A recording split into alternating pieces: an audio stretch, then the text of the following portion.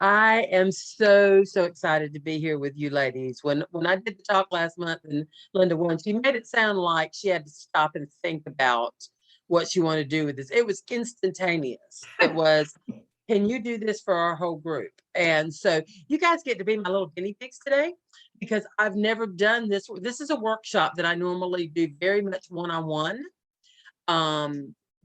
But so we're going to experiment today and see if what value I can bring to you as a group. And who knows, Linda, you may have just sparked a whole nother part of my business. Maybe I can get this to work for groups and offer it at a lower cost to more people, which I love to do. So that's awesome. Thank you so much. And I am going to just pop real quick my information in the chat, tell you a little bit about who I am. My name is Sara Phillips, and I am the sales coach who is not a sales coach.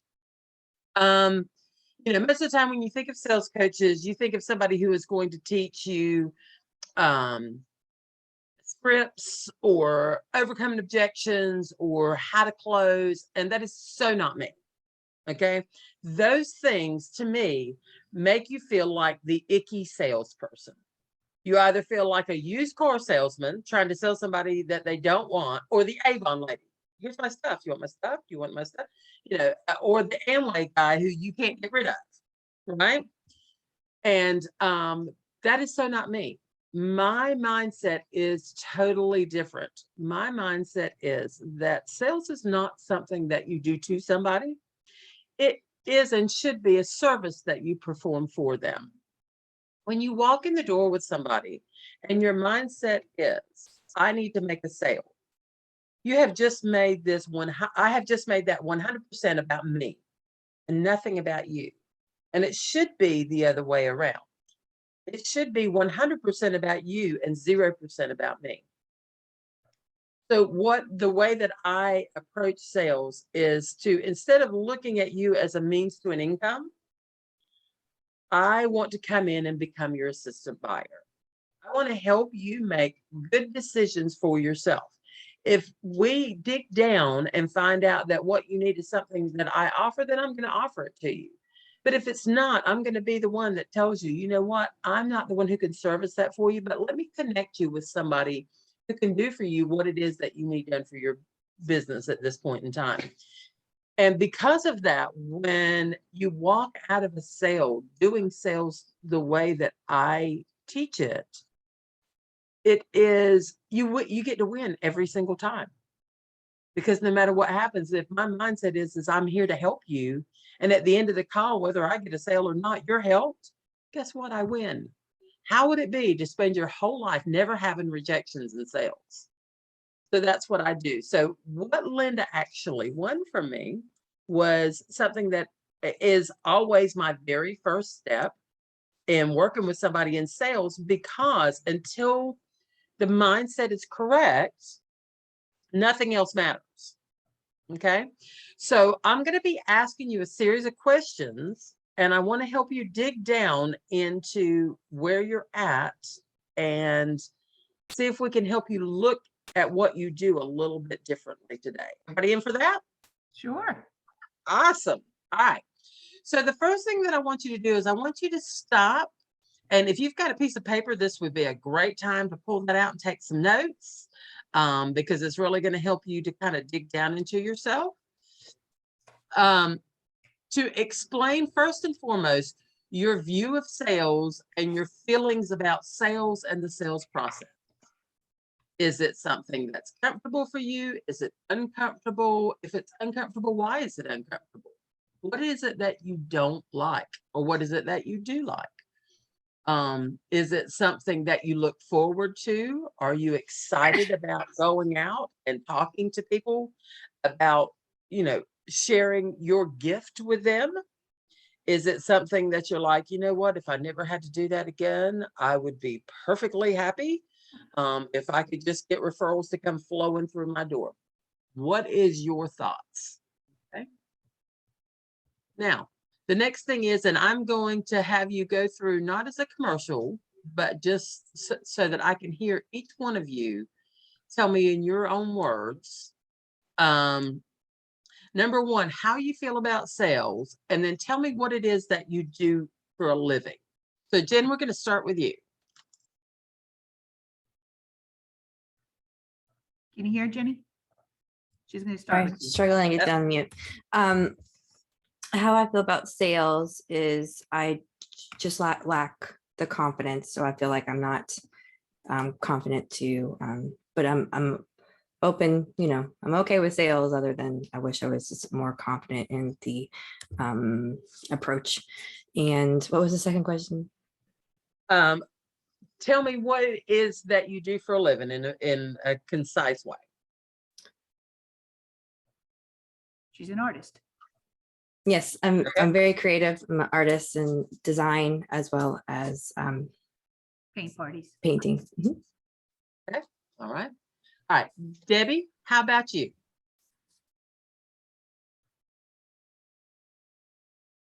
If we can get your internet to work just long enough to get this part in at least. Oh, I guess you're talking to me. I'm going to guess because it keeps going in and out. Yeah, so I feel comfortable with part of my sales. I have two pieces of selling. I have selling me as a wellness coach, and then I do have a product line that I work with as well. And I have become much more comfortable because I've stopped focusing just on the product line and really looking at how that product line can benefit people. But my primary focus now is me selling me as a wellness coach and what I can do. And if the other comes along, then great. And if it doesn't, oh well. And so much better now. And what I do is I help people understand that the choices that they make, the lifestyle choices that they make, affect their health. And I connect them to the strength of nature and how connecting with nature can benefit them and help them live vibrantly. Awesome. So which part of the sales process are you more comfortable with, selling the products or selling yourself? Selling myself. Yeah, that's usually the way. Yeah. Well, and when Okay. you think about it, anybody can buy doTERRA, but only Deb can sell Deb. That's right. All right. What about you, Demi? Well, I currently don't sell anything. I don't have a product or anything like that. I just have my Facebook page. But what I do is I sell the 1099 ladies when I go out and I go networking. And so I talk about the features and benefits of being able to connect with ladies and what a great environment it is to just be in that comfortable space, be in that safe space, and being able to make connections with people. So I sell myself and the ladies 1099, and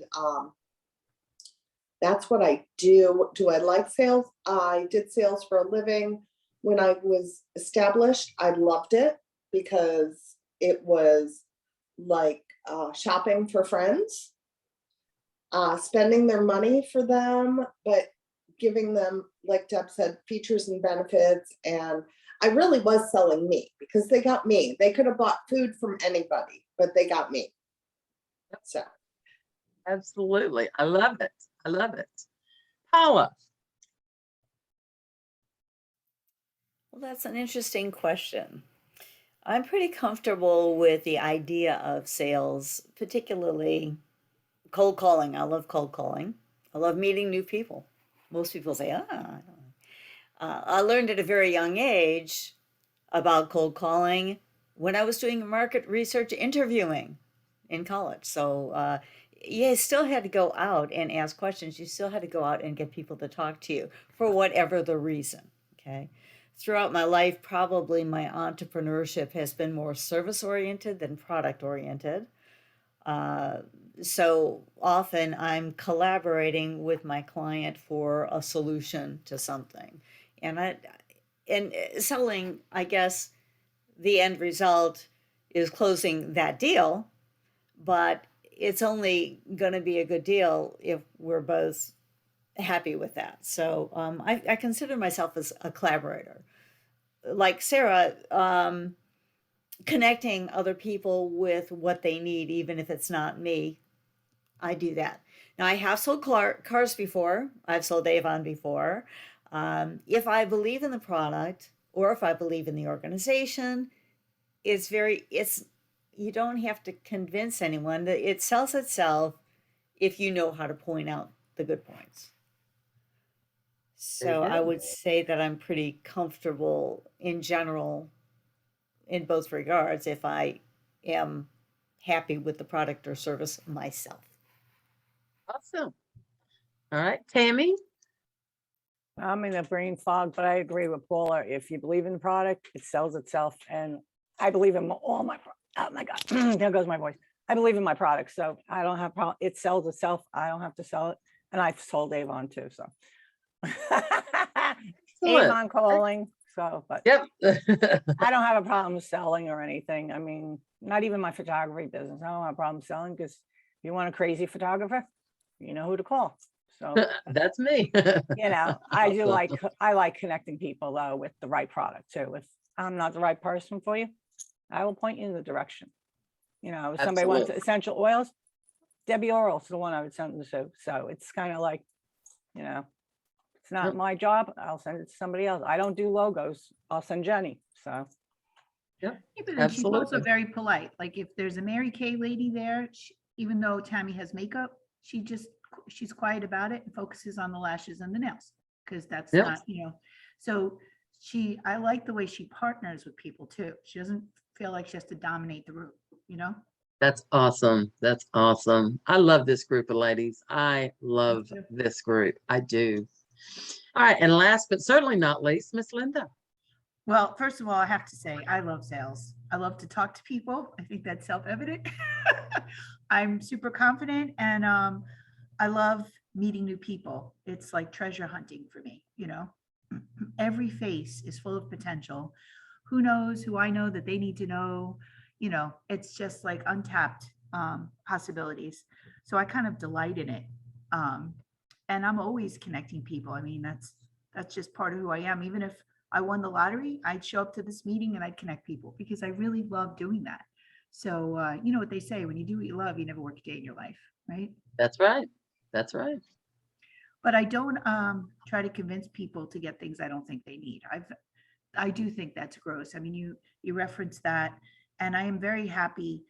I have met as a financial advisor with somebody who says, "Oh, you know, I want to trade options or I want to do crypto," and I'm like, you know what? Those are very speculative things, and that's not my style. My style is crockpot. Put something in, you're in for the long haul, compound interest, ride the wave of the market, slow and steady wins the race.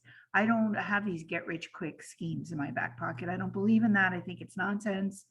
I also am not interested in losing all your money. So there's that too. So, I mean, I have literally said, I'm not your girl, but I know somebody who does all this stuff. I'll introduce you to them. If that's what you really want to do, you know, it's your money, it's your life. I'm not a good match for you. I've done that because, and I believe really, I'm really happy that I did that because I am not going to try to put myself in a situation where I feel unethical. It just, I don't fool around with people's babies. I don't fool around with their money. It's like the two hands-off things. You know what I mean? They're very precious. Yep. Absolutely. Awesome. So I love getting a feel for this room, and I knew this was going to be a different experience because you ladies are different. So the next question I want you to think about is, who is it that you serve? What is your market? What kind of people do you serve? Why do they need what you have? What is it that you provide for them? What do they get out of using your product or your service, or what benefit do they gain from that? I think, And then I want you to, oh, go I'm ahead. sorry. I was going to say, I think your ideal customer is somebody a lot like you. Yeah. because they can Yeah. relate to you. Like you did, I don't know if you heard in the beginning, Tammy said she's looking to meet people who are battling cancer. Why? Yep. Because they probably have no eyelashes. And Yep. she is a great solution for them giving back a little bit of their humanity and feeling pretty again. Right, Tim? Isn't that kind of what your goal is? So I think for me, I'm specifically looking to work with women in business because not only can I do what every financial advisor can do, but you know what I can do? I can connect them to other women in business who are potential customers for whatever they're doing or referral partners. I have this whole network at my disposal to help anybody. You know, and you don't have to be my customer. I would help anybody, but that's Right. something I can do in addition to what I do for a living. So I think that makes me very valuable to a woman business owner. Absolutely. Absolutely. So the next question for you to think about is when someone uses your product or your service, whatever it is that you're offering, how does that affect not just today? Because we have a tendency to think about what we affect today. How does it affect their life as a whole? Does it bring them more income? Does it bring them more joy? Does it bring them, what benefits? Does it help their family life? Does it, does it create better connections for them in their life? What is it that you're really doing for them? Tammy, it just to go right back to what Linda was just saying, like you say, to have some of that humanity. I've got a good friend of mine who went through breast cancer. And yeah, that was huge for her, not feeling like a girl anymore. So what is not just the instantaneous results, but what is the life effect that you're having on people? And if you had to place a dollar value on that effect, what immediate effects would you say that your product is providing for them? And what long range? So it's really a twofold question that you're answering for yourself. And if you had to place that dollar value on it, what would you say that was worth? How long do they get to enjoy the results? Deb, you work with people for their health. They get to enjoy that health for the rest of their life, because even if you work with them for 2 months and they improve, even if they go back to their old habits, they still get the body benefit of that boosting. So what would you say is the lifetime value that they receive for working with you with either a product or a service? Paula, you are working with people who, you are creating songs, you are creating beauty for their life. And just mentioning that made me think of, and this is something that, especially for ladies, that I love. My girlfriend told me this the other day. When she was young, she wrote this poem. And I thought, that is a poem that she has gotten joy for the rest of her life on. So it really ties in with where we're going. But she had a younger sister. And she said, when I was in 3rd grade, I wrote this poem. And it was, some little sisters are nice and some little sisters are mean. But my little sister, she's in between. And when she does something that's mean to me, I just stop and count 1, 2, 3. Well, sometimes I count, which I love the poem. But I think about the joy that has brought her throughout her lifetime. Just remembering that every time she gets with her sister. So, what dollar value would you place on something that made you feel that good? So now let's flip the switch a little bit, because we're looking at all the value that your clients gain. Linda, you've got people who are now have more financially secure futures. Right. Okay. What do you receive when you make a sale? So, I mean, I Is think it, I've chased a an couple of emotional piece. $100, whatever it is, whatever your price is that you receive from that? I don't even really care about that part. I care about Right. making a Most people difference. don't. Most people don't. And I Okay. think So when let's somebody, look at, let's say, Jen, I'm gonna talk to you for just a second. When you make a sale, let's say that you're selling, I don't know, a logo package. Okay. How much do you get for that sale? Yeah. How much I charge? Yeah, what's a Yeah. logo cost these days? Right now, $550 plus tax. Okay. All right. How many times do you get paid for that?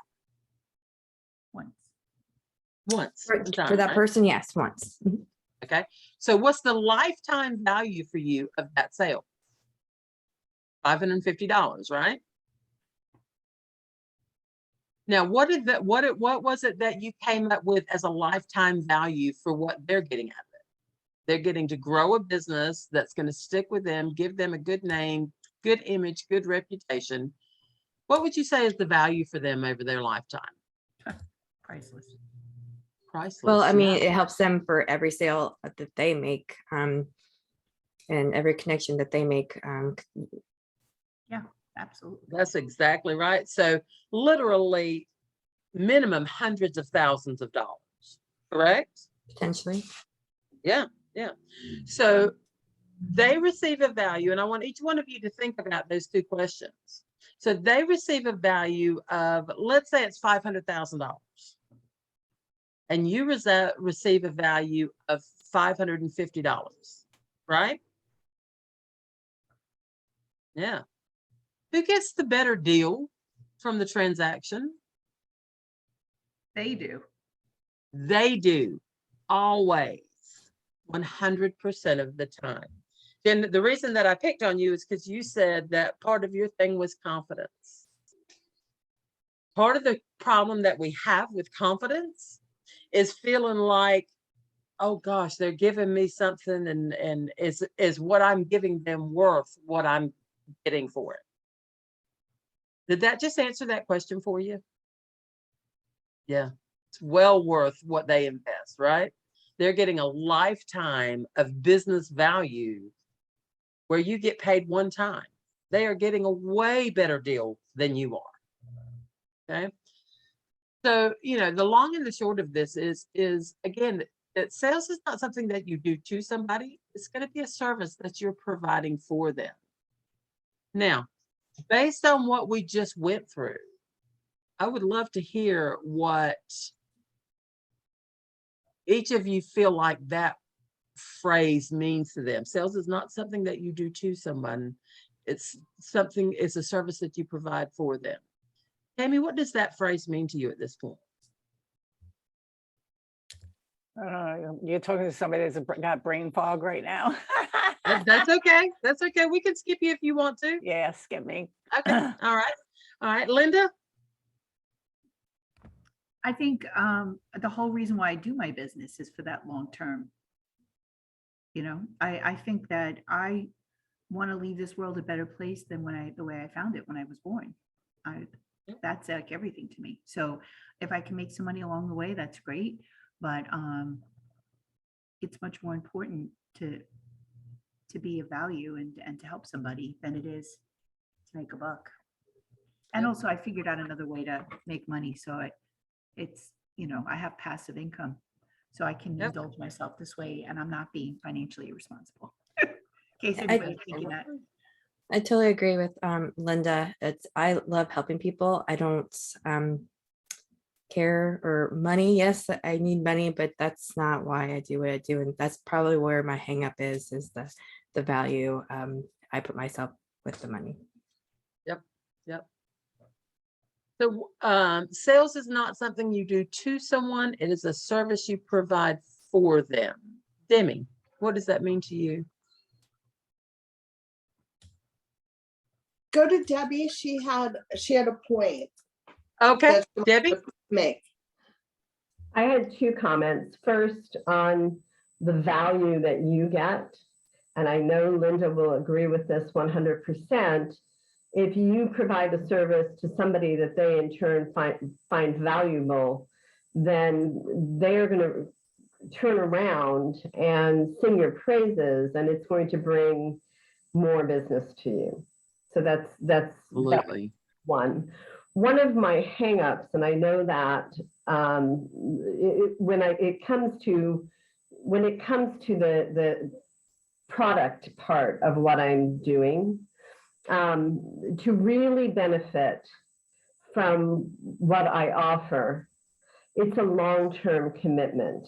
So what often happens to me is somebody will start with like an essential oils kit, and that's not where the benefit is. The benefit is from the supplements, the products that support their health and wellness that they are going to be ordering on a long-term basis.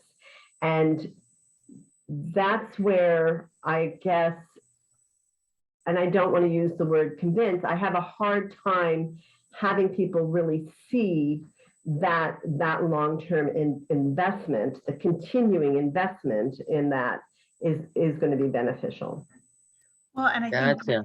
what Deb is fighting too is we're sold so much stuff on TV, right? Yes. And what she's selling is like internal beauty and Mm-hmm. homeostasis, and not plastic surgery, nip and tuck, no quick and dirty. She's in it for the long haul. And sometimes people want the quick and easy fix, the swallow the pill, the trip to the surgeon, rather than, hey, how about if I change the way I live and my body would respond? You know what I mean? But that takes work. People are lazy, so she's got to overcome basically people's own self-sabotage mode. Don't you find that to be true, Deb? That is an absolute truth of, having people who are willing to make the changes, and the saddest thing, it started with a new client, and like after our first session, she texted me and she said, oh my gosh, I already feel so much better. I've made changes and everything else. And it was like payday for the rest of the year for me, That's how I felt at that moment. If nothing ever else happens for the rest of the year, that was my payday. Nice. Let me ask you a quick question, Debbie. When you are talking with them about products, are you sharing with them features and benefits? Are you asking questions? Are you making statements? What's your process in that? A combination of all.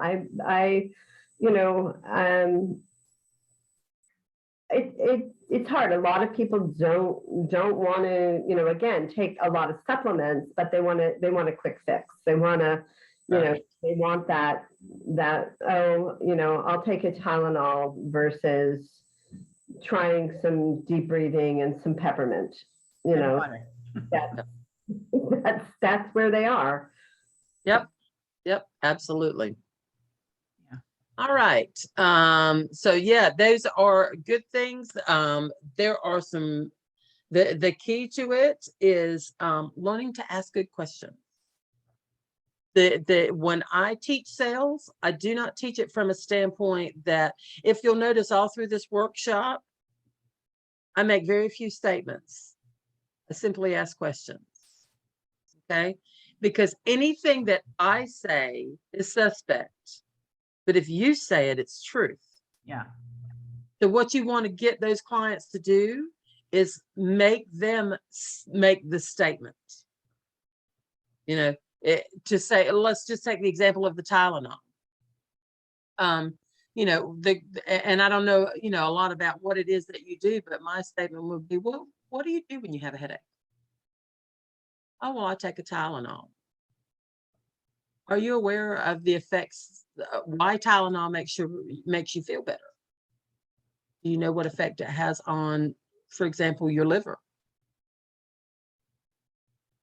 If they don't, then you're going to talk with them about that.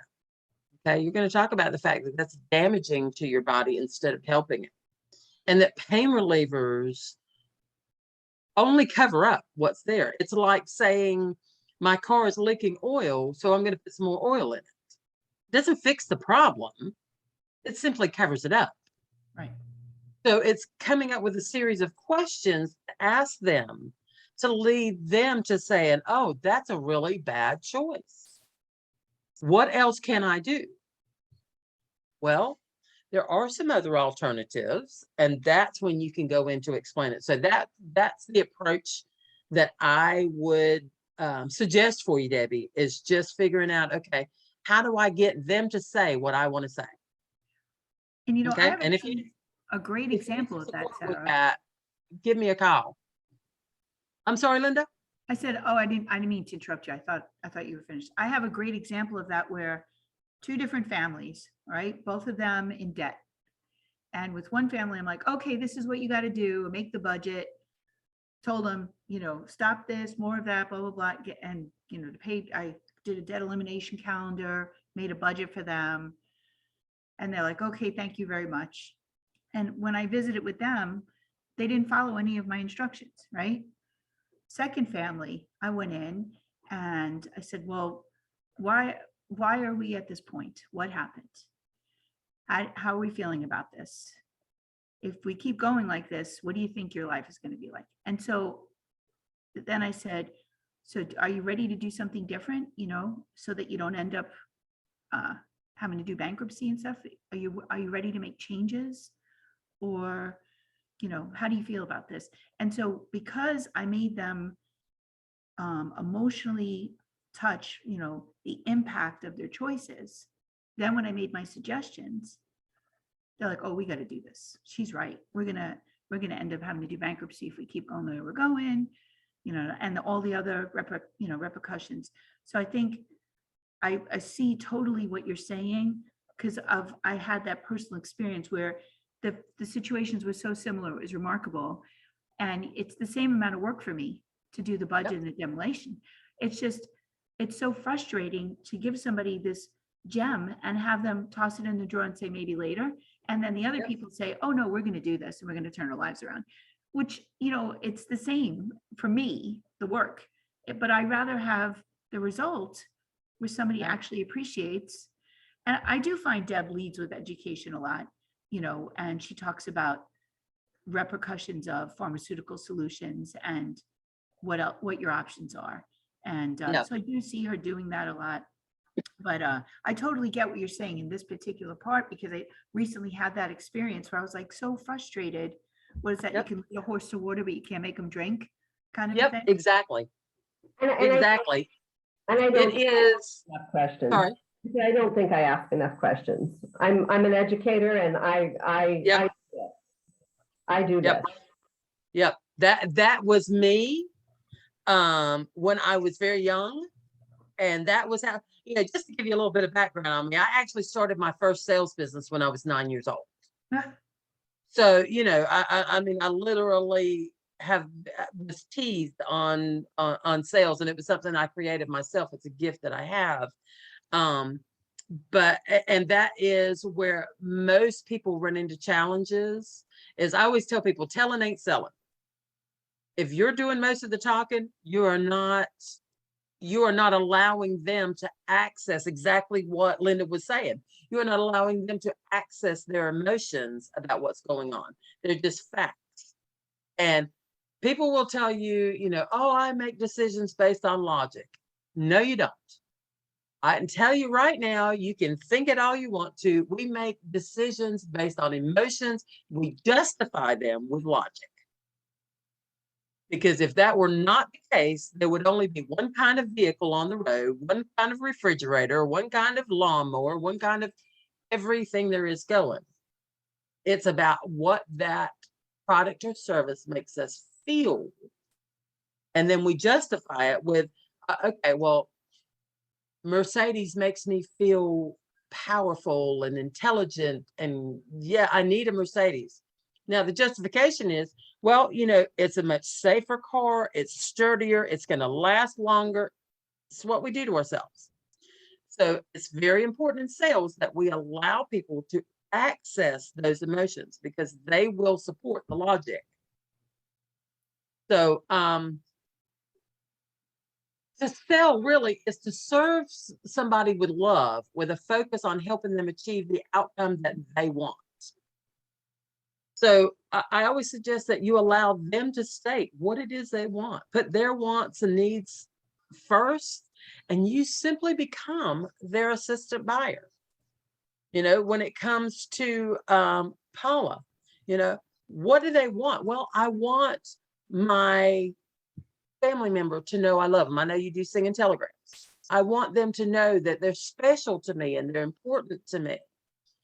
And okay, you become their greatest asset in helping them reach their goals. Well, how much more special would they feel if they had, here they are, they're sitting, and paint them in that picture. Here they are, they're sitting in their office, they're going through their glum day, and they look up, and there I am singing a song that was written exclusively by me for them because of you and what you told me. And sharing their love with not just your spouse, but with everybody around them. How amazing will they feel? That's the sale. Okay. That's getting them in contact with their emotion. Okay. So now, with all of this new perspective that we've talked about today, I want to go back to the very first question that I asked. And I want you to think about all the things that we've talked about and share with me now, based on what we said, what is it that you do for a living?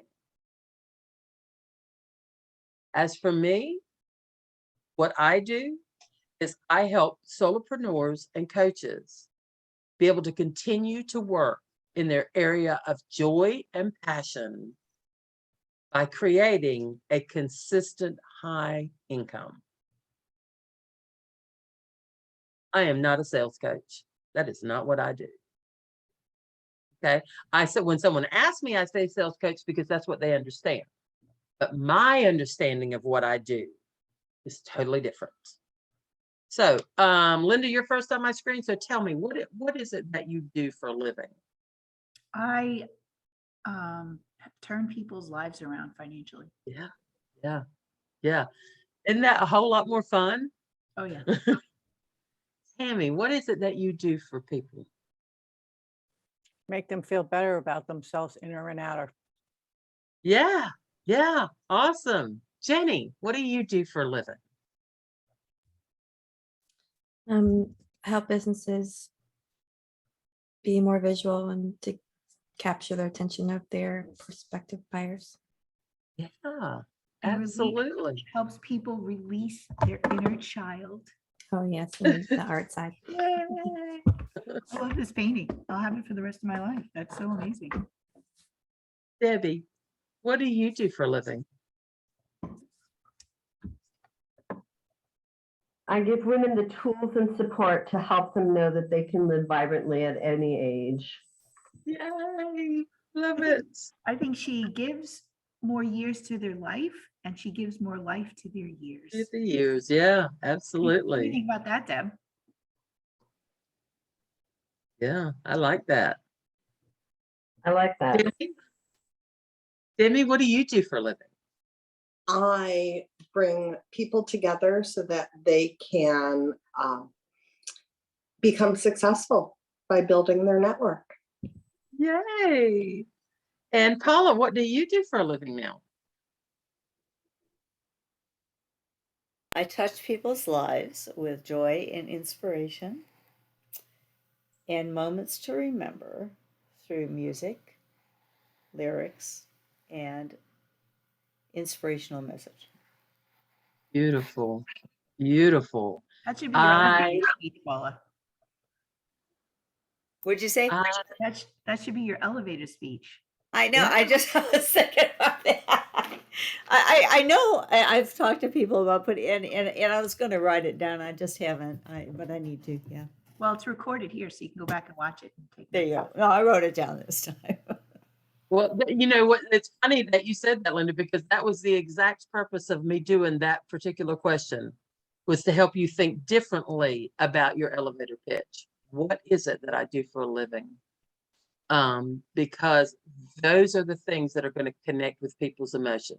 If I say I'm a sales coach, I have not connected with anybody. But if I am someone whose passion is to help solopreneurs and coaches spend their life working in their area of joy and passion by creating a consistently high income, now I have just touched all of your emotions. So what you just said, here's what I want you to do. I want you to write it down on a note card. I want you to develop into your 60 seconds. And any time before you start making phone calls, networking, making a sales call, anything, I want you to stop and read that, so that you go into it with the mindset of what you are truly providing, that it's not just a product or a service, that you are changing people's lives for the better.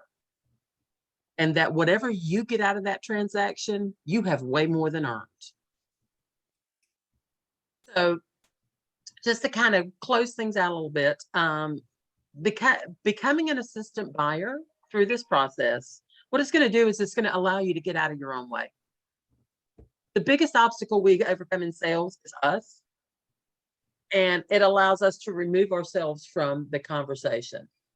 When you focus on the people you serve, you don't get attached to the results.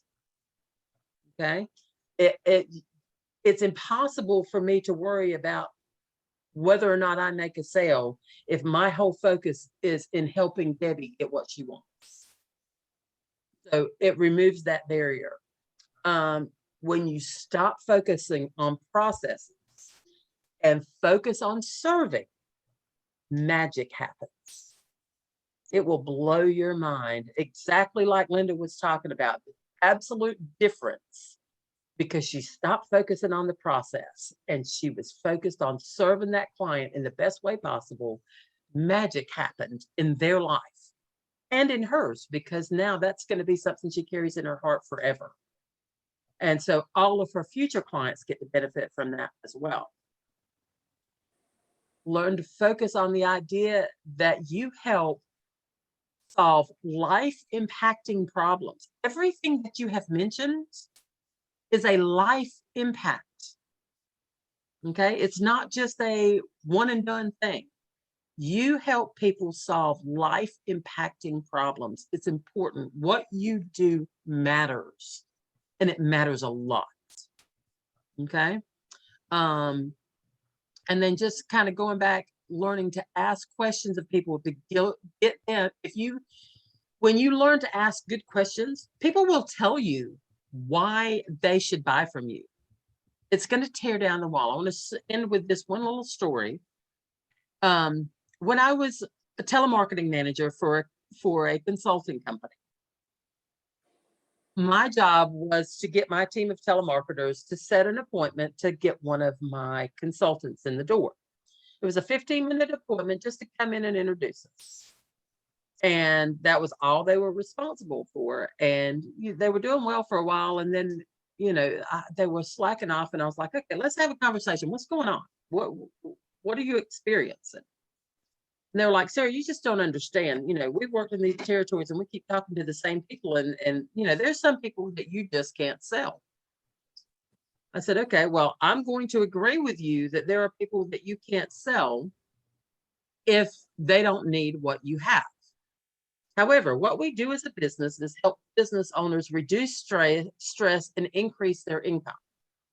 Tell me which businesses that we have on these lists don't need both of those things. Well, there aren't any. Exactly. So that means that every one of these is a sale for an appointment. You just don't get it, Sarah. You just don't understand. I said, okay, I'm going to tell you what we're going to do. I am going to I'm going to give you 30 minutes. I want you to come up with the toughest sale on the list. If I can't sell them, then you get the rest of the day off with pay. But if I can, you never get to say those words to me again. Okay, yeah, they were all into that. Yeah, that's great. So they came up with this guy. His name is Doug. He's down at the beach. And I called and told him who I was and who I was with. And he was like, Sarah, you people have called me like 5 million times. I keep telling you, I don't need what you have. I said, whoa, hold on. We're off up to the wrong foot here. That's not what I called you for. Here's what I've heard. That, my agents have told me that you are in a great place and that you don't need our services.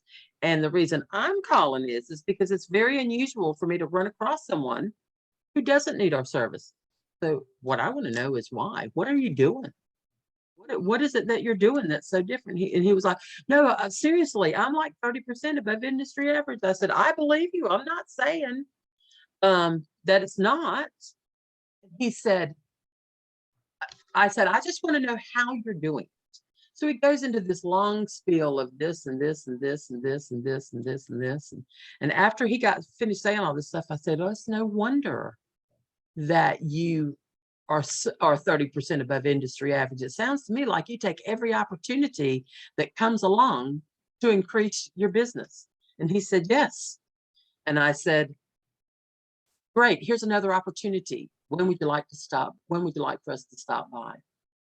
And he stopped dead and he said, you got me? And you know you got me. And I said, yeah, because as good as you are at what you do, that's how good we are at what we do. When would you like for us to come by? So yeah, Paula, I know you got to go. It was lovely having you. So yeah, you know, if you allow them to talk, they will give you the reasons that you need, that they need to buy from you. You just have to ask questions and listen, and they will share it all with you. So that's the end of my presentation. I ended right on time, which was fabulous. Yay. I would love some feedback because, like I said, this is the first time that I've done this workshop in a group as opposed to a one-on-one situation. So I would love to get some feedback from y'all about how it resonated with you. Did it land with you? You know, how you felt about doing it as a group as opposed to one-on-one. Well, you Thank know, you, David. Maybe I can, go ahead. except for interrupting each other, I like it as a group because we get other people's ideas and feedback, and we can pick up things from them as well. And what I was going to say, I apologize for interrupting you, is I'm going to send out a group email to everybody and you can reply back to Sarah with your favorite takeaways. Because a lot of times when you ask somebody on the spot, they can't think of it, but if you give them a few minutes, then they can come up with something. Does that sound good?